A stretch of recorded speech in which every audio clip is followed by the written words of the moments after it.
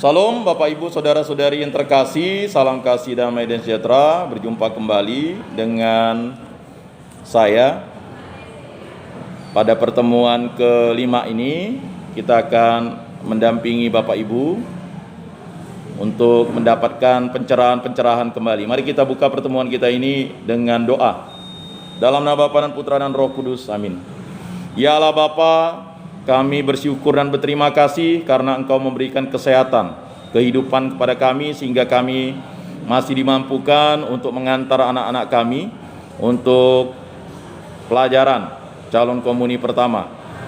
Kami berharap agar kami para orang tua dapat memberikan contoh teladan yang baik bagi anak-anak kami dalam setiap langkah kehidupan kami, terutama untuk kesetiaan dan memberikan teladan kasih kepada anak-anak kami dengan selalu mengikuti jalan Kristus dalam gereja Katolik. Berkatilah kami para orang tua agar kami diberikan kesehatan sehingga kami mampu nantinya ikut dalam pendampingan untuk anak-anak kami, terutama pada saat penerimaan komuni pertama dan juga dalam kehidupannya di muka bumi ini. Semua doa ini kami serahkan dengan perantaraan Tuhan kami Yesus Kristus yang hidup dan beraja, kini dan sepanjang segala masa. Amin. Dalam nama Bapa dan Putra dan Roh Kudus. Amin. Salam Bapak Ibu, saudara-saudari yang terkasih. Salam kasih damai dan sejahtera. Berjumpa kembali dengan pendampingan orang tua. Ini pertemuan kelima dari total pertemuan yang nantinya ya kita harapkan pertemuan ke-6 dan ke-7 ya bisa terus diikuti. Dan bagi yang baru pertama kali datang, selamat datang. Kita sudah pertemuan kelima ini. Dan masih juga ada orang tua yang hanya sekedar mengentar anak-anaknya. Memang dalam 5 pekan ini saya perhatikan ada orang tua yang merasa tidak pentinglah mendapat pendampingan karena saya sudah punya iman Katolik yang sungguh-sungguh. Tetapi tugas kita bersama ini sesuai dengan 5 tugas gereja. Yang pertama kan tugas gereja itu adalah liturgia ya. Liturgia itu artinya pengudusan. Bagaimana kita bisa kudus kalau kita tidak datang ke gereja untuk dapat rahmat pengampunan dan rahmat belas kasih Allah? Tidak akan mungkin bagi seorang Katolik ya seumur hidupnya tidak menerima sakramen Ekaristi. Dan sebelum menerima sakramen Ekaristi tidak mungkin tidak menerima sakramen pertobatan. Dan tidak mungkin tidak dibaptis. Jadi kembali ke rangka itu. Jadi begitu juga dengan kita, tidak mungkin sebagai orang tua kita tidak menerima sakramen krisma. Tidak mungkin kita tidak menerima sakramen perkawinan. Dan tidak mungkin kita tidak menerima sakramen pengurapan orang sakit. Karena ya sakramen-sakramen itu wajib diterima oleh seluruh orang tua. Ya, barulah kita bisa mendampingi anak-anak kita dalam suka dan duka, untung dan malang, sehat dan sakit. Anak kita sakit berat, ya, kita pergi ke pastor. Kalau dia sudah menerima sakramen Ekaristi, ya, kemudian dia mendapat pengurapan orang sakit, ya, itu berarti sudah ada bekal suci bagi dia. Banyak di antara kita justru pergi bukan ke pastor, ya, setelah dirawat medis kita lupa anak kita ini harusnya menerima sakramen pengurapan orang sakit, ya, karena dia sudah dibaptis secara Katolik. Ya, banyak di antara kita justru pergi ke dukun, pergi ke orang pintar, bukan pergi ke pastor atau menyerahkan diri totalitas kepada Yesus Kristus. Lupa kita, karena kita sudah panik kan? Mengapa seperti itu? Nah, kelanjutan dari penerimaan sakramen pertobatan kemarin, ya, memang yang harus kita lakukan sebagai orang tua ini, mau tidak mau kita harus memberikan teladan. Maka yang kita contohkan itu dalam rahmat pengudusan itu, ya, yang kita harus lakukan sebagai orang tua itu adalah memberikan duit rohani kepada anak-anak. Apa itu duit rohani? D-nya itu doa dan firman. Kita harus rajin berdoa, memberi contoh kepada anak-anak kita dalam untung dan malang, sehat dan sakit, walaupun kita sedang bertengkar dengan suami, berbeban berat, ya.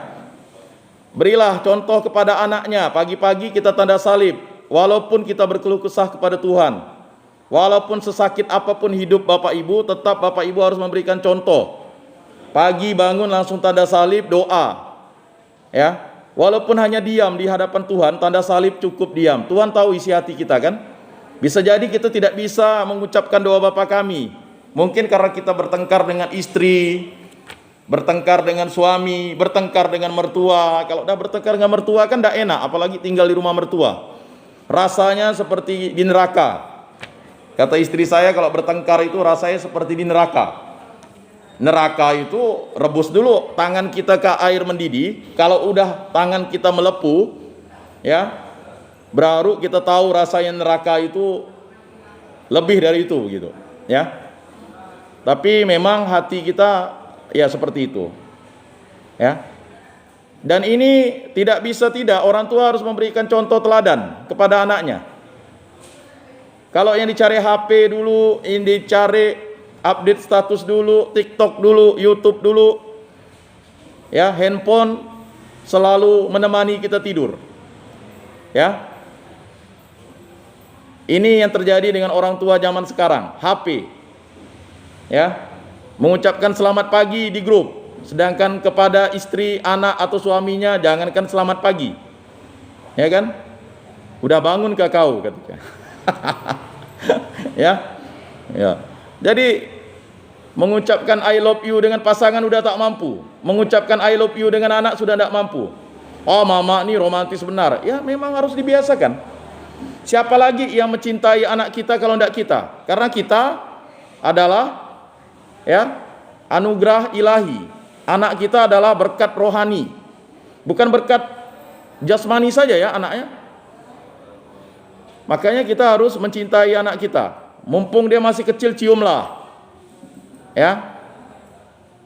Mumpung kita orang tua kita masih hidup, ciumlah tangannya, kan begitu. Ciumlah pipinya, jangan mencium yang sudah dingin. Begitu juga nanti anak kita. Kalau anak kita tidak kita kasih contoh mencium kita jadi jenazah pun tidak mau diciumnya. Jijik katanya. Masih hidup ya sudah jijik, apalagi waktu kita menjadi jenazah. Kita pasti menjadi jenazah ya. Nah itu maksudnya. Jadi mohonlah kepada Bapak Ibu, saudara-saudari yang terkasih, bertengkar dengan suami, jangan lalu anaknya yang dimarah. Ya, dasar memang kamu ini anak bapakmu. Wah, begitu juga kalau bertengkar dengan istri, dasar kamu ini anak mamamu. Nah, dah mulai keluar kan? Dari anak bapak, anak mama, lalu anak kakek, anak nenek, lalu beda suku, lalulah ribut. Lalulah akhirnya melakukan tindakan-tindakan dosa yang lebih kejam, bahkan sampai pembunuhan seperti di Surabaya kemarin, gara-gara istrinya update TikTok tiap hari, cemburu, ya kan, cemburu. Nah ibu-ibu yang suka update Facebook, TikTok, perhatikanlah perasaan suami atau perasaan istri. Tapi kalau masing-masing update kemesraan, itu puji Tuhan begitu, ya. Ini update status seksi-seksi untuk orang, untuk suami, ya kan, kalau bisa bawa belacat.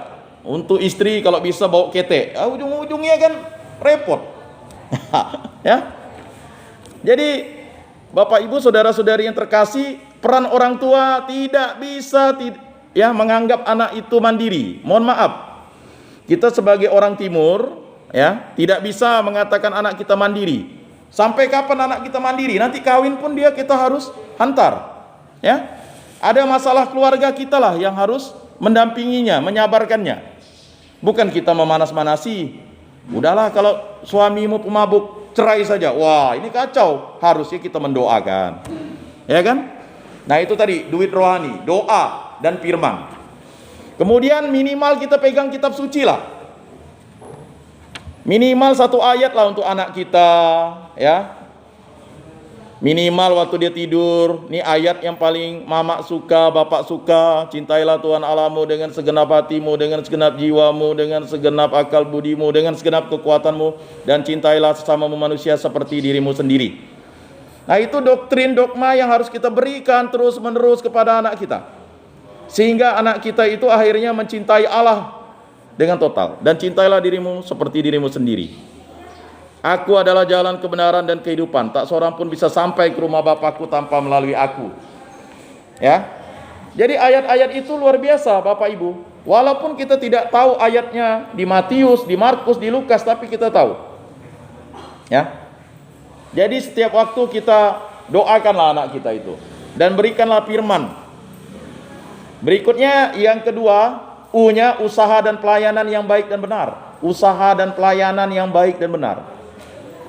Kalau kita usahanya baik dan benar, walaupun penuh kesulitan, ya itu menjadi berkat bagi diri kita dan anak-anak kita.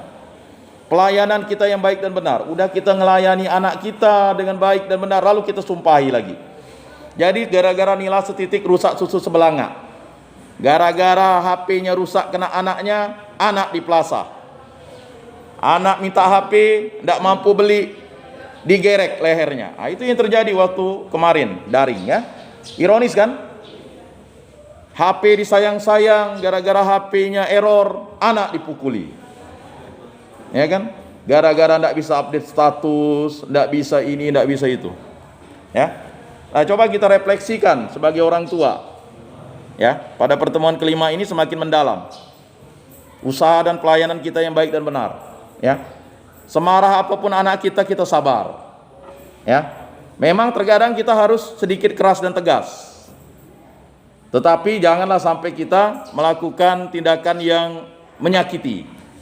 Ya. Karena anak itu rupanya punya kepekaan dan perasaan. Dan itu tidak bisa dipungkiri. Akhirnya kita menciptakan yang namanya jurang pemisah. Anak kita akan menutup diri terhadap kita, dan kita juga akhirnya, dan anak kalau menutup diri terhadap kita, kita jangan cuek. Teruslah untuk memenangkan hati anak kita dengan doa dan firman tadi. Ya. Walaupun ibu, bapak berdoa sendiri, tetaplah doa rosario sendiri, anaknya belum, tetap dia melihat. Konsisten saja. Ya. Jadi cara mendampingi anak-anak itu dalam kehidupan rohani, ya duit rohani tadi. Kemudian I-nya iman dan takwa kepada Allah Tritunggal Maha Kudus. Jadi sebagai orang Katolik udah jelas siapa Tuhan kita, Yesus Kristus. Siapakah Yesus Kristus? Dialah Roh Kudus. Siapakah Roh Kudus itu? Dialah Allah Bapa. Jadi sebagai orang Katolik jangan mencela-mencela, jangan suam-suam kuku menjawab tentang siapakah Yesus itu. Yesus adalah Tuhan. Kok Yesus itu disebut anak Allah? Ya jelas. Anak Allah ya Bapa. Bapa adalah Roh Kudus. Roh Kudus adalah Allah. Jadi sering kita menjawab anak kita, entahlah, mama pun tidak tahu. Mama taunya gitu, ya dibaptis kakek kau nih. Ya kan? Dibaptis nenek kau nih. Sampai sekarang pun mama pun masih tidak yakin nih Yesus ini anak Allah. Kacau kita. Kalau iman dan takwa kita kepada Allah Tritunggal Maha Kudus tidak tegas dan tidak disiplin, itu ya tidak bisa. Sehingga anak tahu, oh iya betul. Ya. Kebenaran itu hanya ada dalam Yesus Kristus, karena Yesus Kristus adalah Allah. Ini yang sering tidak diyakini oleh orang tua. Sehingga anak-anak akhirnya, bolehlah kami misalnya nanti pindah iman, Mak. Pak, ya terserah kamulah. Kacaulah kita. Berarti kita membawa kesesatan kepada anak kita. Kesesatan, ada tannya, setan kan begitu. Kesesatan. Jangan kita marah-marah kalau anak kita misalnya lalu berpacaran dengan orang beda iman. Karena apa? Kita sendiri mungkin tidak membimbing dia. Saya pernah mendengar kesaksian ibu ini, seorang anggota dewan, sulit mendidik anak yang berbeda iman katanya. Nampaknya di depan mesra, tapi di dalam hatinya gundah gulana. Ya, untuk memenangkan anak itu butuh perjuangan. Ya, walaupun anaknya memang dibaptis semua Katolik, tetapi perasaan si bapak yang berbeda iman juga, ya, sampai meneteskan air mata lah ketika anaknya kawin di gereja Katolik. Seakan-akan ya mungkin terharu atau tidak berhasil kan. Nah tetapi itu, nah ini iman dan takwa kepada Allah Tritunggal Maha Kudus ini sangat kurang. Makanya dari 10 perintah Allah, cintailah Tuhan Allahmu dengan segenap hatimu, dengan segenap jiwamu, dengan segenap akal budimu itu, lalu diimplementasikan itu, ya jangan memuja berhala, berbaktilah padaku saja dan cintailah aku lebih dari segala sesuatu. Cintailah. Jadi begini, iman dan takwa itu diterapkan dalam sakramen perkawinan kita. Sejelek apapun suami kita, itulah pilihan terbaik dari Allah. Secantik apapun istri kita, itulah pilihan terbaik dari Allah. Secerewet apapun istri kita, ya kan, segarang apapun suami kita. Kan ada yang garang, suaranya besar seperti saya kan.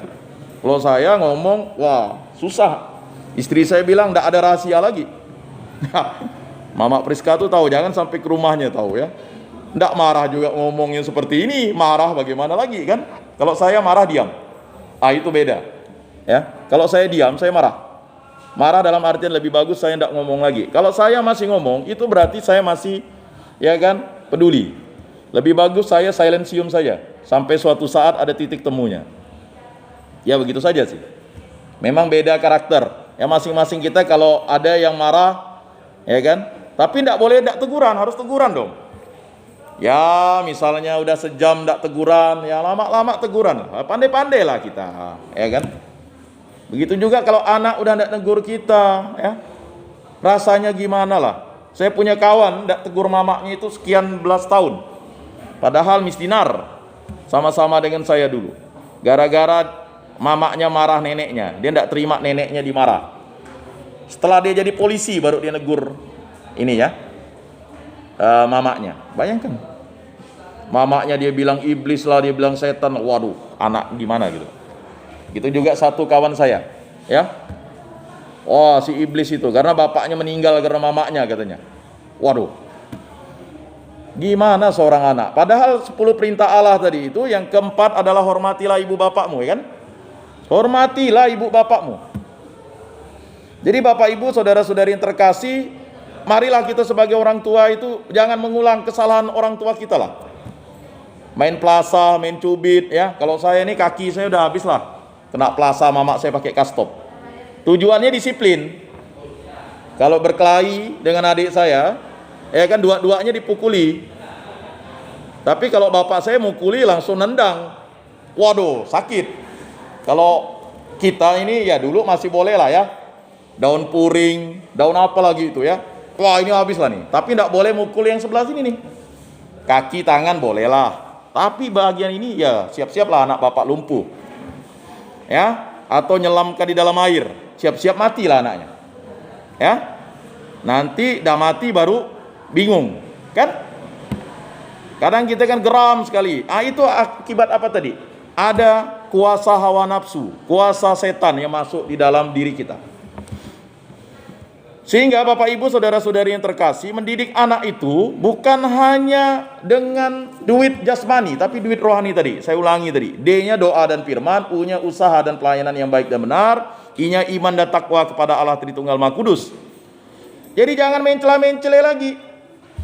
Jadi orang Katolik, siapa itu Yesus? Yesus itulah Tuhan dan Juru Selamat. Titik. Tidak ada koma. Nggak, Yesus itu Nabi. Itu bagi kalian yang tidak mengimani. Kalau kita sudah dibaptis dalam nama Bapa dan Putra dan Roh Kudus, kita tahu bahwa Allah Tritunggal Maha Kudus itulah dialah Allah pencipta alam semesta, dialah Raja alam semesta ini. Nah itu mendidik anak itu. Sudah dididik seperti itu pun kawan saya luar biasa didikannya. SD Katolik, misdinar, pembina, ya, sekolah minggu, pembina misdinar. Macam-macam, dirijen, lektor, mantap lah. Kata pastor kami dulu, dia itu adalah contoh teladan kalian. Why? Saya bilang, gara-gara jodoh langsung hilang. Dadah Yesus, kan gitu. Jadi ini pembinaannya sudah luar biasa kan? Masih saja bisa ambruk imannya. Apalagi yang tak pernah dibina, ya pastilah dibinasakan. Nah ini Bapak Ibu saudara-saudari yang terkasih, pendampingan orang tua ini bukan untuk mengajari Bapak Ibu, tetapi memang mengingatkan, saling mengingatkan. Ya, saya sedih tadi kemarin cerita di salah satu lingkungan, si istrinya sudah pindah iman, padahal dulu kawin Katolik, anaknya berkeliaran, pakai celana pendek, seperti ya kita tahulah di daerah kita ini ya, sudah diwanti-wanti bahwa daerah-daerah kita ini ya mohon maaf, ya. Peredaran narkoba begitu besar, zona merah sebenarnya di sini nih, ya. Kalau kita tidak cek siapa temannya, abang kawan dengan siapa, adik kawan dengan siapa, ya kan? ceklah semuanya itu, lemari semuanya, tempat tidurnya ya, apalagi anak-anak yang tanggung ya, yang mulai 13, 14, 15, 16 ya kan. Kalau masalah pornografi itu sudah beredar di mana-mana ya. Nah, jadi Bapak Ibu, saudara-saudari yang terkasih, pendampingan orang tua ini penting ya untuk mengingatkan. Tidak jemu-jemunya kita saling mengingatkan. Kalau kita bosan, siap-siaplah kita akan menangis. Kalau menangis sukacita nyaman, kalau menangis karena kesal tadi dan sebagainya, ya. Nah, jadi narkoba ini siap-siaplah kita. Jangan terkejut kalau anaknya jadi pecandu narkoba. Ya. Karena pengaruh lingkungan ya. Kita kan tidak mungkin ekstra 24 jam melihat anak kita, biarpun pakai CCTV ataupun pakai GPS kita kasih anak kita, tidak mungkin. Nah itu. Ya. Lalu ya, tabah dan setia. Untuk mengikuti jalan salib Yesus Kristus. Tabah dan setia ini susah Bapak Ibu. Ya. Kalau kita tidak memberikan contoh teladan, mengapa gereja Katolik itu sangat menjunjung nilai sakramen perkawinan? Sehingga tidak ada yang namanya perceraian ya. Oh enggak Pak, ada kemarin perceraian, itu masalah pengadilan saja. Jadi hilangkanlah ya dalam niat Bapak Ibu untuk bercerai dengan suami atau istrinya. Kalau yang terlanjur, doakanlah biar balik, kasihan. Sehebat apapun dia memilih perempuan lain, nanti pun balik lagi ke istri pertama. Kalau tidak percaya silakan. Sehebat apapun cari suami kedua, dia balik lagi ke suami pertama. Mengapa? Itu yang dipersatukan Allah. Yang dipersatukan Allah tidak boleh diceraikan oleh manusia. Siapa yang berani menceraikan, dosanya berat. Ya. Karena itu sama dengan membuat orang berzina. Nah, itu sama dengan menghujat Roh Kudus. Ya. Jadi Bapak Ibu yang berani menceraikan pasangan suami istri, Bapak Ibu itu menghujat Roh Kudus, karena perkawinan itu dipersatukan oleh Kristus. Seperti sakramen perkawinan nanti ya. Pukul 10 ini. Jadi Bapak Ibu harus paham. Jadi sebagai orang tua Katolik mengingatkan anak-anaknya, "Nak, nanti kamu kawin secara Katolik, Nak ya. Lebih baik kamu tidak kawin daripada pindah iman," kan begitu. Kan dalam Matius kan jelas. Ada yang tidak bisa kawin karena dia memang tidak bisa kawin, cacat. Ada yang tidak bisa kawin karena keinginan sendiri. Ada yang tidak bisa kawin karena melayani Tuhan. Bukan kawin tak kawin kita selamat, karena Yesus Kristus kita selamat. Jadi mohon ya, kalau memang anak memang menghadapi dilema tidak mau kawin, ya jangan dipaksa kawin, kan begitu. Ya kan? Jadi Bapak Ibu, saudara-saudari yang terkasih, ini masalah-masalah yang akan Bapak Ibu hadapi, persoalan. Ya. Jadi tidak boleh mendampingi anak, ya sudah kawin udahlah, dia sudah besar. Oh, enggak bisa. Ya. Kita butuh siapa? Orang tua kita. Puji Tuhan panjang umur. Mak, Pak, minta saran nih gimana didik anak kan? Ya kan? Mereka juga didik kita. Barulah kita rasanya, oh sakit begini didik anak nih. Rasanya seperti ini didik kami. Orang tua mungkin tidak tidur-tidur. Kita mungkin dulu minta, Pak, minta duit jajan Pak 1.000. Orang tua udah mikirnya, aduh, tidak ada penghasilan. Betul tidak? Gaji pas-pasan. Mungkin tidak tidur-tidur orang tua kita. Ya, tidak tidur-tidur. Mungkin Bapak Ibu, Mak beli motor, kalau tidak mau sekolah. Anak-anak sekarang gitu, Mak beli HP. Ya kan? Nanti marah dengan, baru ditegur, jangan main handphone, banting handphonenya dianya. Dah itu barulah minta lagi handphone baru. Anak-anak sekarang kan mudah. Karena TikTok, YouTube mempengaruhi pikirannya. Ini bahaya sekarang. Anak-anak kita dirawat, dipelihara oleh aplikasi-aplikasi yang sebenarnya kita juga harus perhatian. Tak jemu-jemunya mengucapkan ya kasih dan sayang gitu ya. Jadi kalau orang sudah jemu, sudah bosan mengucapkan kasih dan sayang itu baik terhadap pasangan dan anak-anaknya, ya, keretakan sudah berada. Begitu juga tadi, ya. Maka sakramen pertobatan itu, ya, indikasinya persoalan yang terberat adalah perzinahan memang. Ya.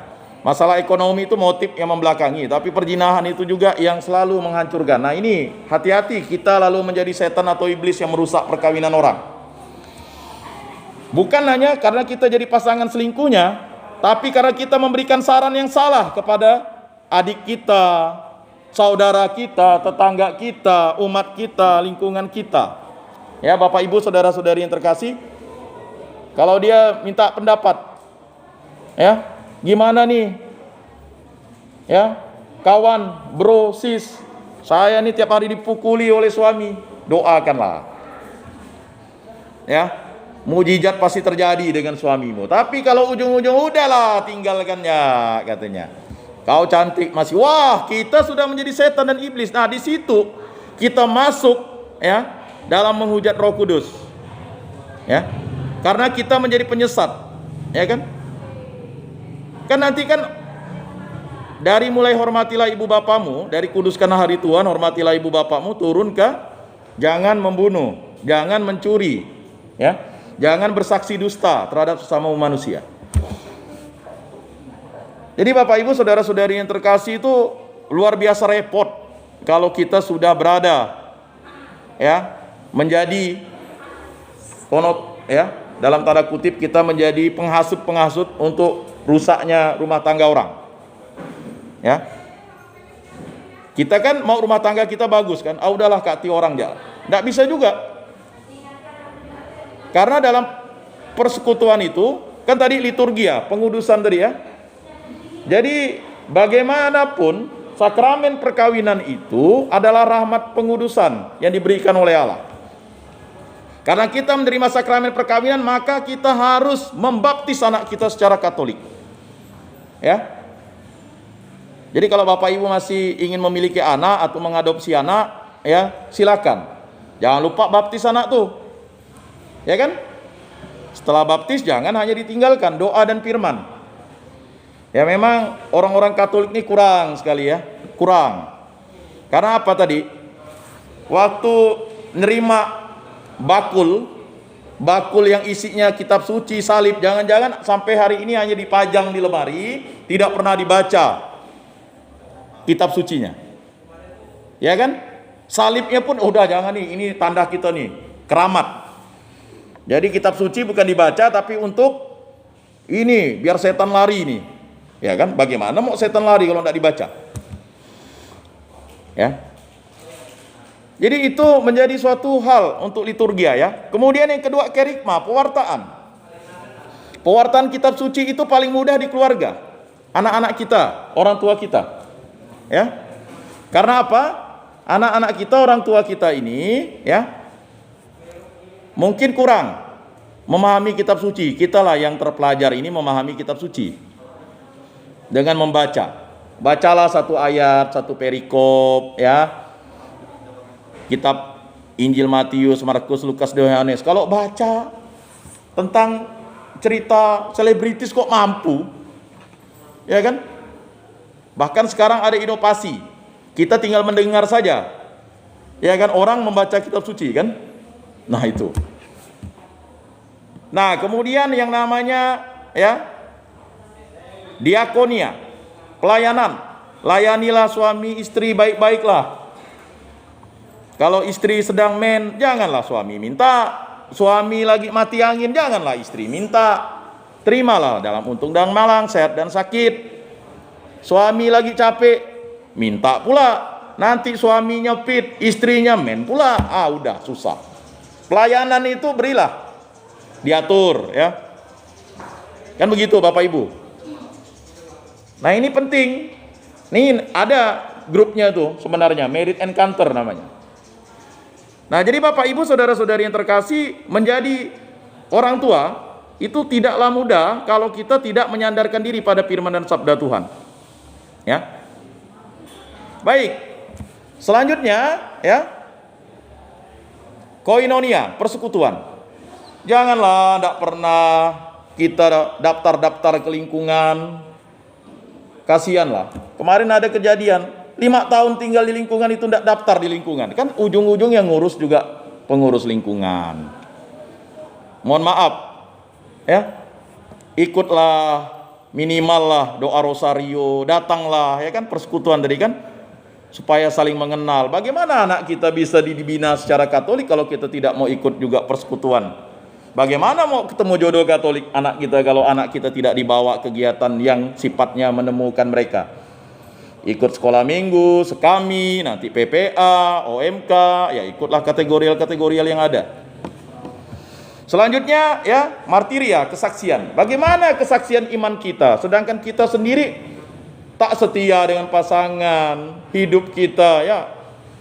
Oke lah yang lain ya, tapi yang paling penting Bapak Ibu, kesetiaan itu. Ya, kesetiaan.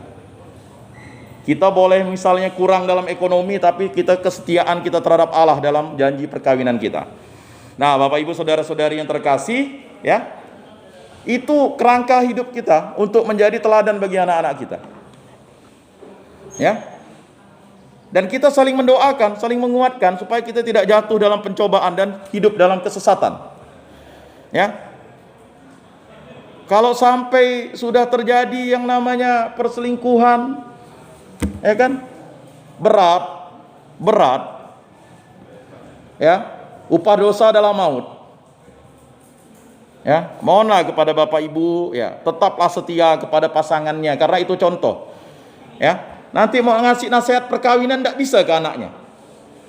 Ya, mantul, bukan beriman dengan betul, mantul. Hai bapak ya begitu, ya kan? Mama ya begitu. Susah lah cerita kita. Jadi orang tua nih. Nah, makanya kalau kita sudah melirik cewek lain, sudah ingin ya, cepatlah terima sakramen tobat tuh. Sakramen pertobatan tuh. Nggak susah. Ya kan? Bapak, ini pengakuan saya yang kesekian kali. Dosa-dosa saya adalah bla bla bla bla bla bla bla bla. Jangan pula dosanya dibungkus dengan halus. Pastor, salahkah kalau saya memikirkan laki-laki lain? Ya pasti. Kalau memikirkan laki-laki lain dalam artian yang lain, ya pastilah kita kalau udah punya muncul hawa nafsu, ya pasti ingin berbuat cabul lah ya. Ya. Nah, akuilah dosa itu. Karena sakramen pertobatan itu adalah rahmat ilahi. Menebus dosa-dosa kita dihapus. Kuasa iblis, kuasa setan tuh tidak mempan lagi kalau orang udah terima pengakuan dosa tuh.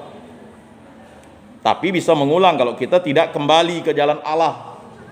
Nah, makanya orang Katolik tuh hebat. Menerima sakramen pertobatan. Dan hanya satu-satunya sarana itu ada di gereja Katolik. Dosa kita tidak lagi diperhitungkan Allah. Dihapus. Hebat kan, dihapus kan? Ya. Kalau di CU, di bank mana kita disebut hapus utang, hapus buku ada, hapus utang enggak ada katanya. Ya, sakit kalau kita minjam di dunia nih. Sampai ada orang bilang, kalau ada yang berutang, ya kan, selesaikanlah itu. Baik Bapak Ibu saudara-saudari yang terkasih, demikianlah pertemuan kita pada hari ini. Sekali lagi saya memohon maaf jika Bapak Ibu ada yang tersinggung. Kalau memang tersinggung, puji Tuhan. Kalau tak tersinggung juga puji Tuhan. Karena peran kita ini saling mengingatkan sebagai satu saudara dalam Yesus Kristus, menerima sakramen Ekaristi yang satu, kudus, Katolik dan Apostolik ini. Sekali lagi ya, pendampingan kita tinggal 2 kali. Bekal ini diberikan kepada Bapak Ibu, tujuannya hanya mengingatkan kembali. Saya yakin Bapak Ibu punya tip dan trik yang luar biasa. Jangan kayak orang kan? Biasa kan orang bilang ya kan? Tapi puji Tuhan yang bisa hadir pada hari ini supaya mengingatkan Bapak Ibu yang lainnya, dan kita nanti bisa menolong saudara-saudari kita. Mari kita tutup dalam doa. Dalam nama Bapa dan Putra dan Roh Kudus, amin. Ya Allah Bapa, terima kasih atas karya penyertaan-Mu sehingga kami dimungkinkan untuk berkumpul bersama pada hari ini, para orang tua, anak-anak calon komuni pertama, sehingga kami nanti benar-benar mendampingi anak-anak kami untuk menerima sakramen Ekaristia Maha Kudus itu sebagai suatu lambang cinta kasih Yesus Kristus yang dianugerahkan oleh Yesus Kristus kepada kami sebagai suatu tanda cinta rahmat ilahi. Berkatilah kami para orang tua agar kami selalu setia dengan pasangan hidup kami hidup rukun, damai dan sejahtera. Berkatilah gereja kami, berkatilah pastor kami dan juga para biarawan-biarawati agar selalu setia dengan kaulnya, begitu juga dengan kami, para orang tua, agar setia dengan sakramen perkawinan kami. Karena Engkaulah Tuhan dan Juru Selamat kami yang hidup dan meraja kini dan sepanjang segala masa. Amin. Dalam nama Bapa dan Putra dan Roh Kudus. Amin. Salam kasih, damai dan sejahtera. Tuhan memberkati, menyertai dan melindungi. Salam.